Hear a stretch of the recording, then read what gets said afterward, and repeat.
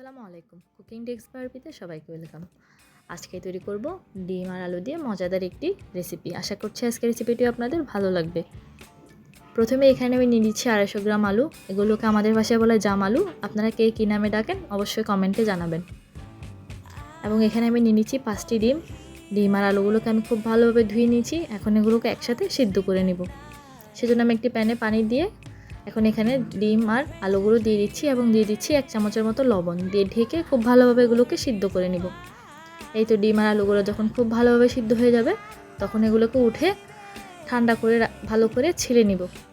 এখন এখানে দিয়ে দিচ্ছি একটি প্যান এবং এখানে দিয়ে দিয়েছি 2 টেবিল চামচের মতো তেল, খুবই সামান্য পরিমাণ হলুদ এবং চিমটি পরিমাণ লবণ দিয়ে আমি ডিমগুলোকে ভালোভাবে ভেজে নিচ্ছি। এগুলোকে খুব বেশি কড়া করে ভাজার দরকার নেই, সামান্য একটু লাল হয়ে গেলে এপিটোপিক তখনই আমরা এগুলোকে তুলে নিব। এই তো আমাদের ডিম ভাজা শেষ, এগুলোকে উঠিয়ে নিচ্ছি। সেম প্যানে ওই তেলটুকুর মধ্যে আমি আলুগুলোকে হালকা করে কিছুক্ষণ ভেজে নিব। এভাবে করে আলুগুলোকে ভেজে নিলে আলুগুলো থেকে খুব ভালো একটি ফ্লেভার আসে, খেতেও খুব ভালো লাগে। এই তো আমার আলুগুলো ভাজা শেষ, এগুলোকে এখন তুলে আমি এক পাশে উঠিয়ে রাখবো।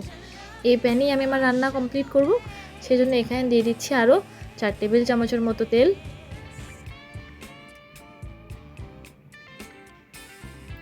তেল গরম হয়ে গেলে এখানে আমি দিয়ে দিব আধা কাপ পেঁয়াজ কুচি। পেঁয়াজগুলোকে দিয়ে অনবরত নেড়ে চেড়ে ভালোভাবে লাল লাল করে ভেজে নিব। যখন পেঁয়াজগুলো ব্রাউন কালার হয়ে যাবে এখানে আমি দিয়ে দিব 1/2 চামচ জিরা বাটা এবং 1 চামচ রসুন বাটা। এই রসুন আর জিরাটা দিলে এই তরকারি থেকে খুব ভালো একটা ফ্লেভার আসে এবং খেতেও খুব টেস্ট হয়। এই তো মশলাগুলো যখন খুব ভালোভাবে ভাজা হয়ে যাবে এখন এখানে আমি দিয়ে দিচ্ছি সামান্য পরিমাণ পানি যাতে মশলা পুড়ে না যায়। সাথে অ্যাড করে দিচ্ছি 1 চামচ হলুদের গুঁড়া, 1 চামচ থেকে একটু বেশি মরিচের গুঁড়া এবং স্বাদ অনুযায়ী লবণ দিয়ে খুব ভালোভাবে নেড়েচেড়ে মশলাটাকে ভালোভাবে কষিয়ে নিব। যখন এরকম মশলাটা ভালোভাবে উপর থেকে তেল ছেড়ে আসবে এখানে দিয়ে দিব আগে থেকে সিদ্ধ করে ভেজে রাখা আলু। যেহেতু আলুগুলো সিদ্ধ করা প্রপারলি সেই জন্য এগুলো খুব বেশি সময় নিয়ে কষানোর দরকার নেই।